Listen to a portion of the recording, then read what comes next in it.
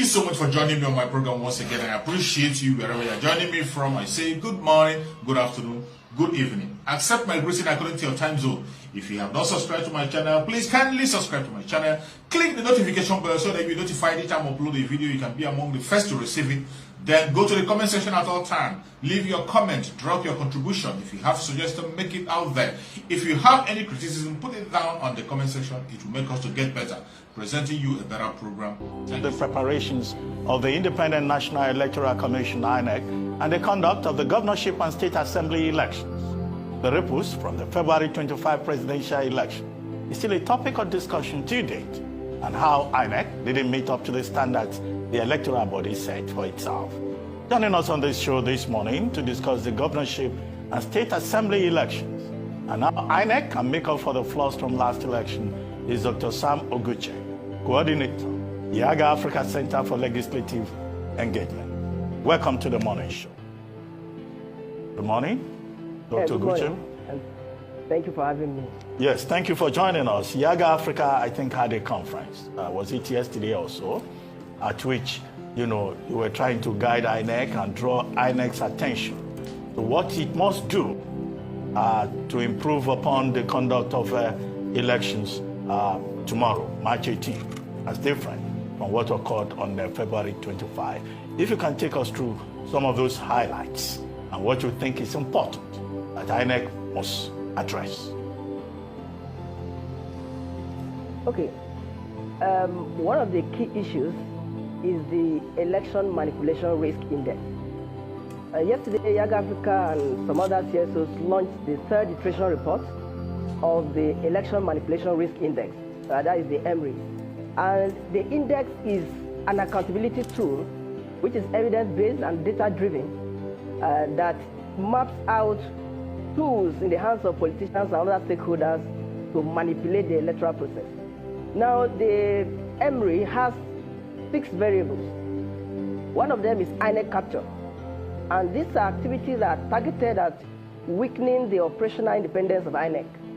And if you look at it, issues of deployment of resident or electoral commissioners with partisan background, and even the experience of some of them. There are some of them that are new to election management.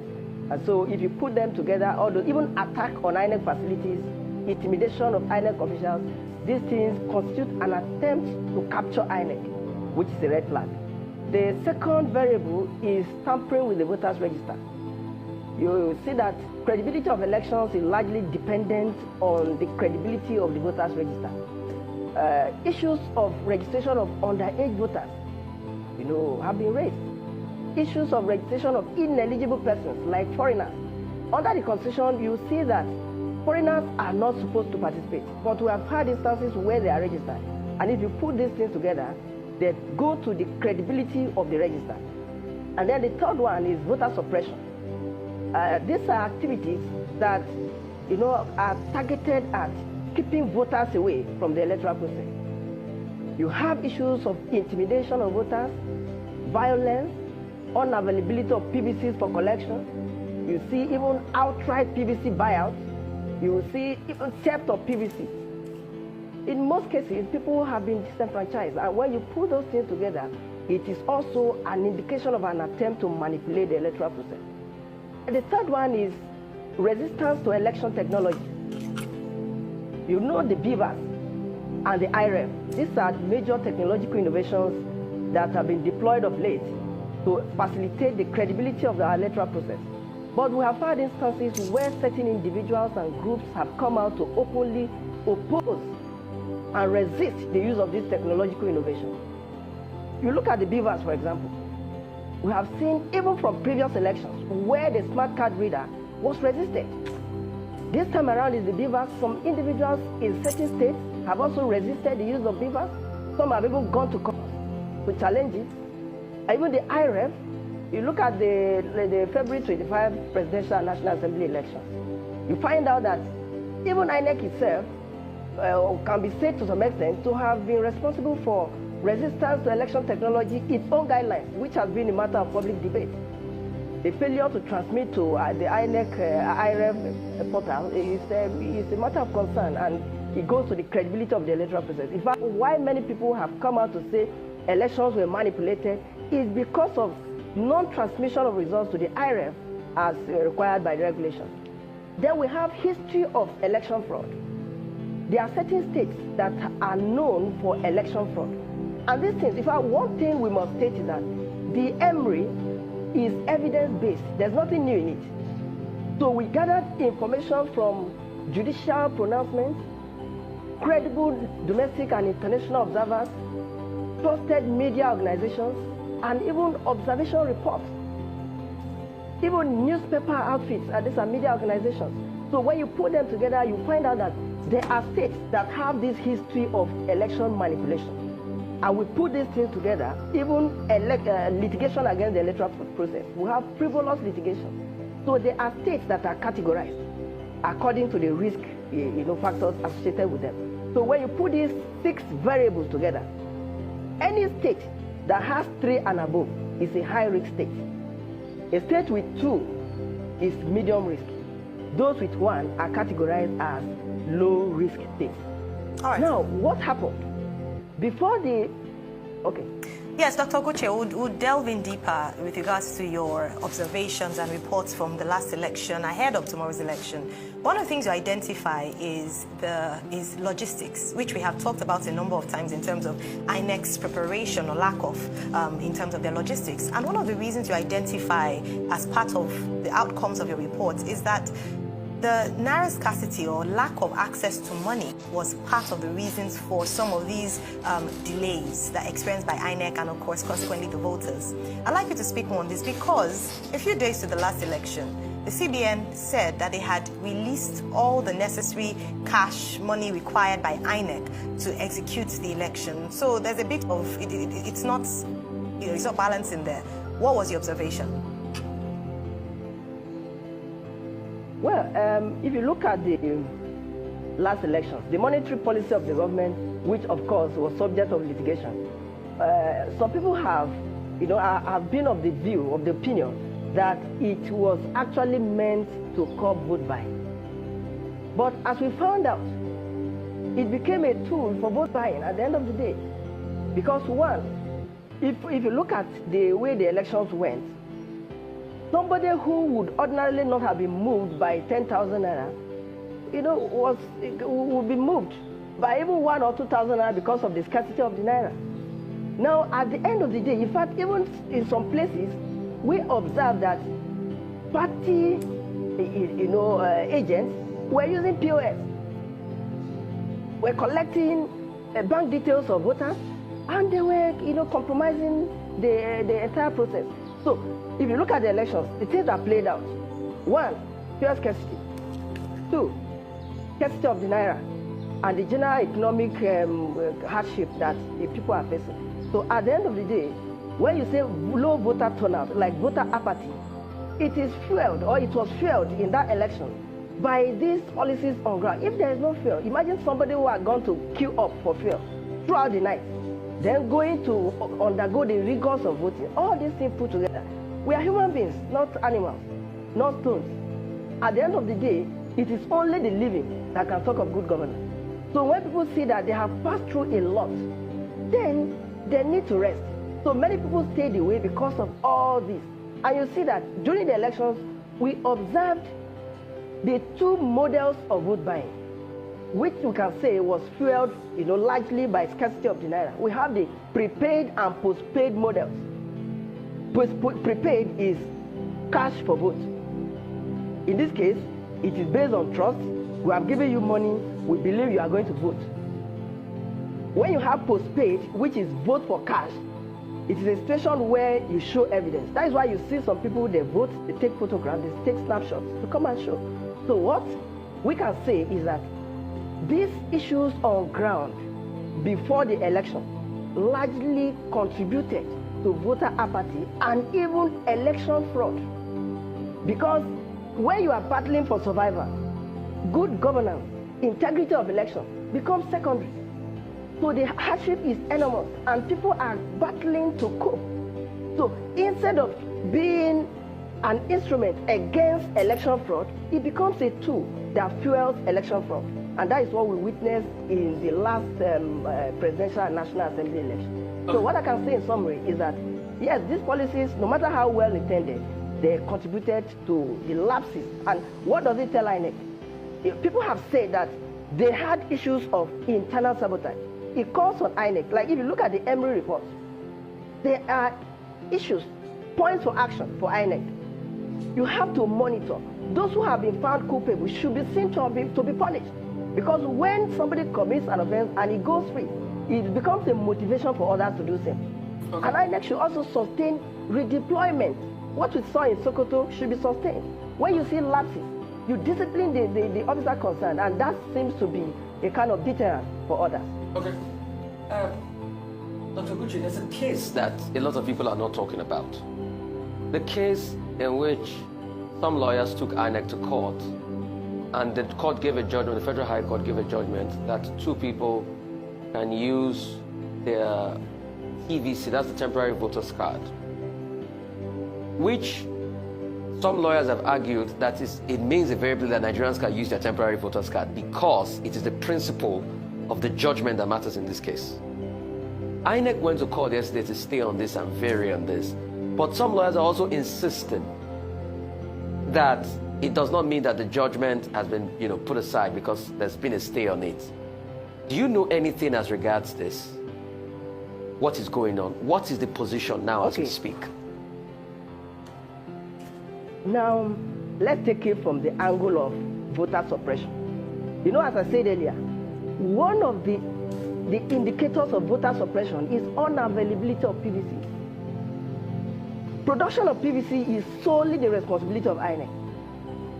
If people have registered, their names are in the register, they can't be verified, then why should they not vote? People have gone to court, fine.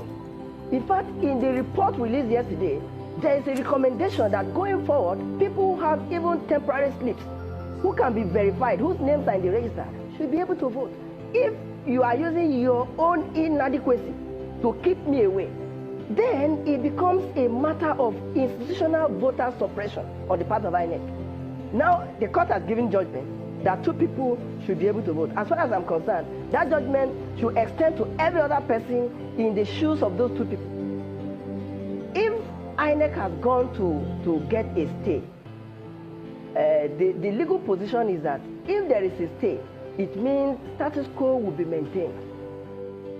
If there is a stay, I'm not fully abreast of the facts, but if INEC actually got a stay, it means status quo will be maintained. And what is the status quo? No PVC, no voting. No PVC, no voting. But ideally, depriving people or preventing them from voting because they have no PVC is a calculated attempt to exclude them from the electoral process, which is no fault of theirs.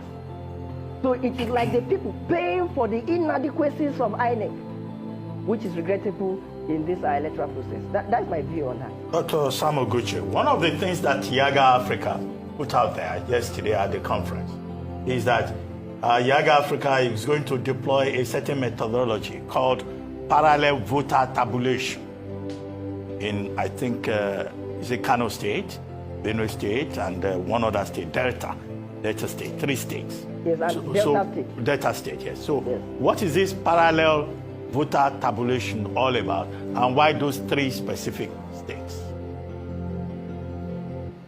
And what's the legal framework? And is there a legal framework for it? Yeah. And is there a legal framework for it? It's part of it's part of citizens' oversight of the electoral process. And this is even done in collaboration with INEC. Yaga Africa is not taking up the role of INEC, but what is happening is that results are sampled, results uploaded on the IRM are downloaded, and tabulation is done. In fact, Yaga Africa deployed, is deploying PVT in these 3 states because of the peculiarities of those states. If you look at Kano, for example, the emergence of NMPP, the power tussle in the state, and the electoral history of the state makes it one of the states that we should see as standing out in this election. And it needs a lot of citizens' oversight for the people to know. The PVT just, sampled polling units, and then elections are, results are tabulated, and then to see whether what INEC is bringing is within the margin. It may not be not 100%, but accurate. If you look at the PVT in previous elections where it has been deployed, it has been perfect, and that is why it is deployed.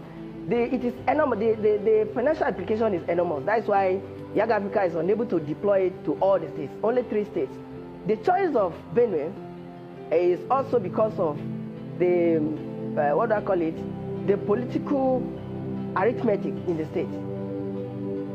Now, if you look at it, the governor is having his own issues in the state, and then a Reverend Father is also coming out under the APC. This shows that there is going to be a lot of issues from the state.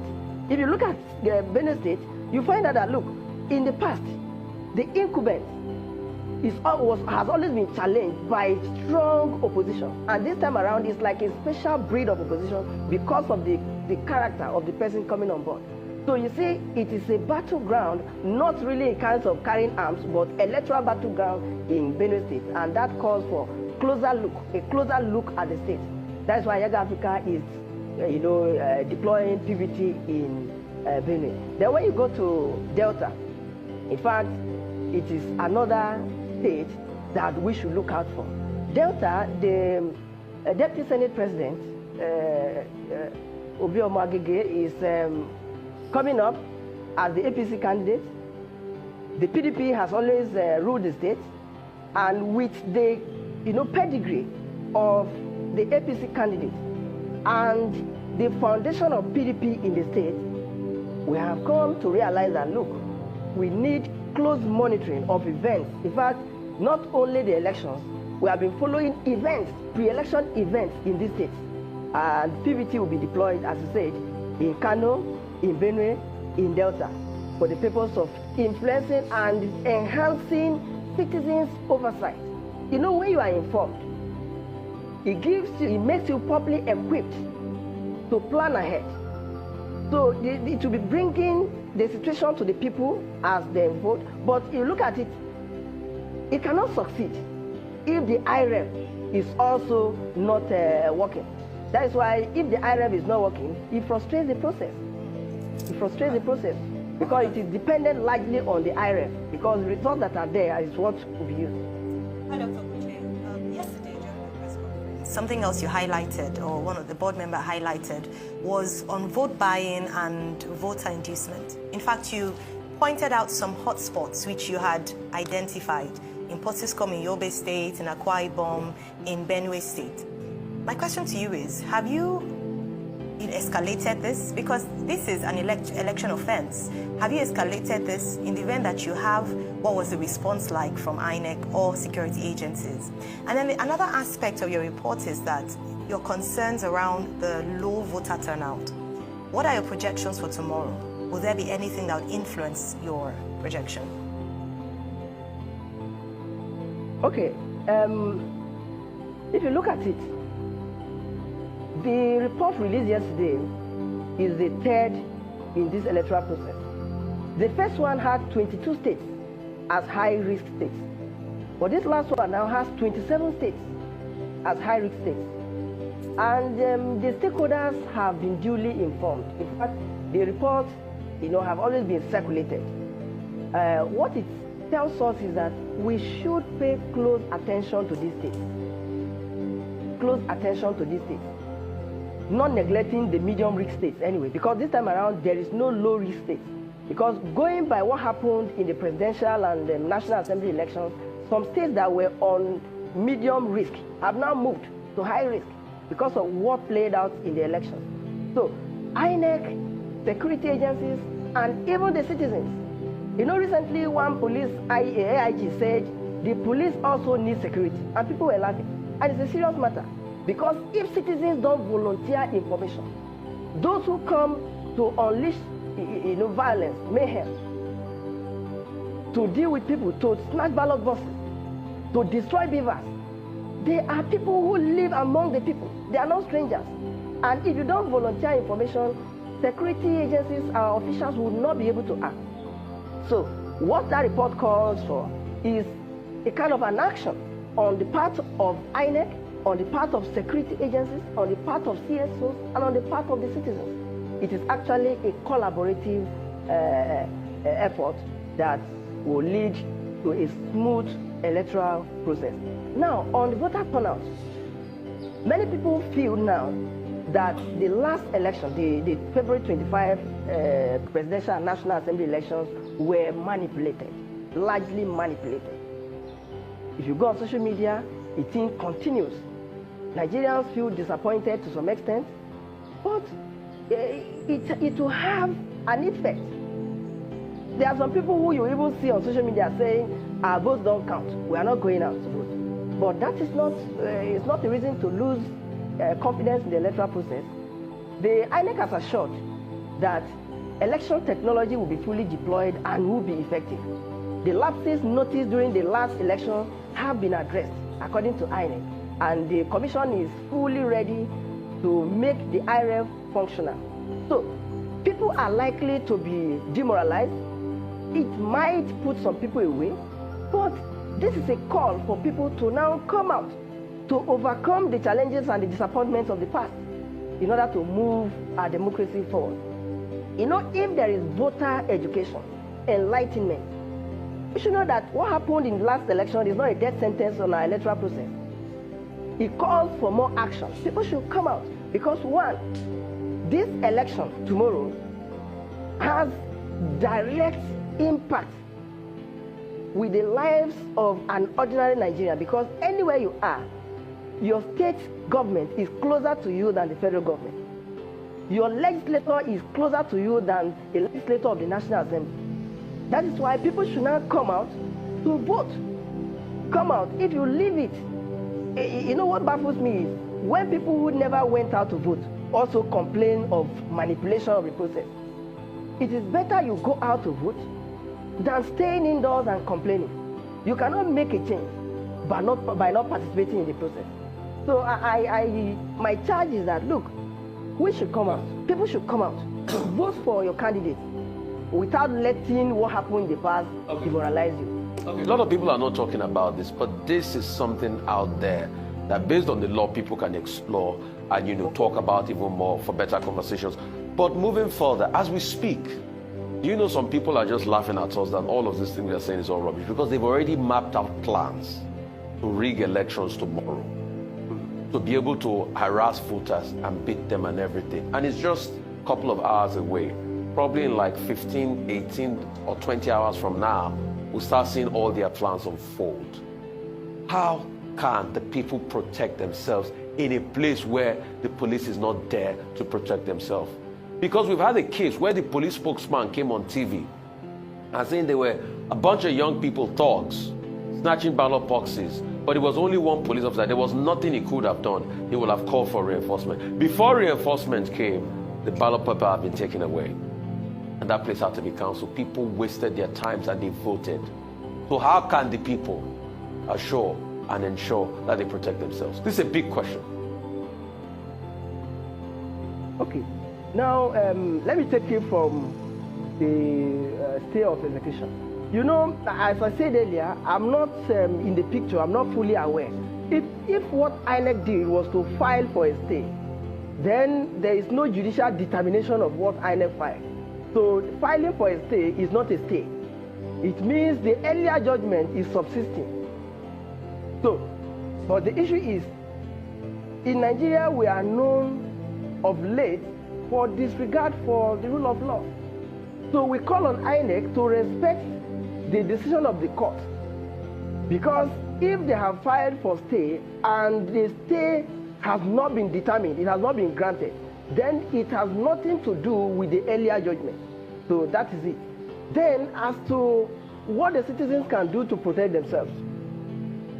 When you see policemen at the polling units, they are not even armed. And, it calls for a sober reflection. People should be able to speak. You should be able to give out intelligence reports. You should be able to stand your ground. When you see people armed, you are not going to confront them. But these armed people cannot kill everybody.